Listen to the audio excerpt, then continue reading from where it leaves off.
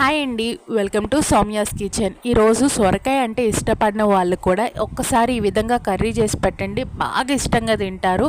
ఇది రైస్లోకి కానీ రోటీలోకి కానీ దేంట్లోకైనా సరే చాలా అంటే చాలా బాగుంటుంది. సొరకాయ కర్రీ కోసం నేను ఇక్కడ ఒక సొరకాయ తీసుకున్నాను, ఉల్లిపాయలు తీసుకోవాలి, టమాటా తీసుకోవాలి, పచ్చిమిరపకాయలు తీసుకోవాలి. ఇవన్నీ కూడా కుక్కర్లోకి వేసుకోండి. ఆ కుక్కర్లో కొంచెం వాటర్ పోసుకొని ఉప్పు, పసుపు, కారం వేసుకోవాలి. కొంచెం చింతపండు కూడా పెట్టేసుకొని కుక్కర్ విజిల్ క్లోజ్ చేసి ఒక 5 విజిల్లు వచ్చే వరకు కుక్ చేసుకోవాలండి. ఒక 5 విజిల్ తర్వాత ఆ ప్రెషర్ అంతా పోయాక మూత తీసేసుకొని ఆ సొరకాయని బాగా మెదుపుకోవాలి. ఇలా బాగా మెదుపుకుంటేనే కర్రీ టేస్ట్ అనేది బాగుంటుందండి. ఇప్పుడు ఒక గిన్నె తీసుకొని దాంట్లోకి కొంచెం ఆయిల్ వేసుకొని ఈ కర్రీకి తాలింపు పెట్టేసుకోవడమే. ఎంతో టేస్టీగా ఉంటుందండి సొరకాయ కర్రీ. మస్ట్ ట్రై రెసిపీ అన్నమాట.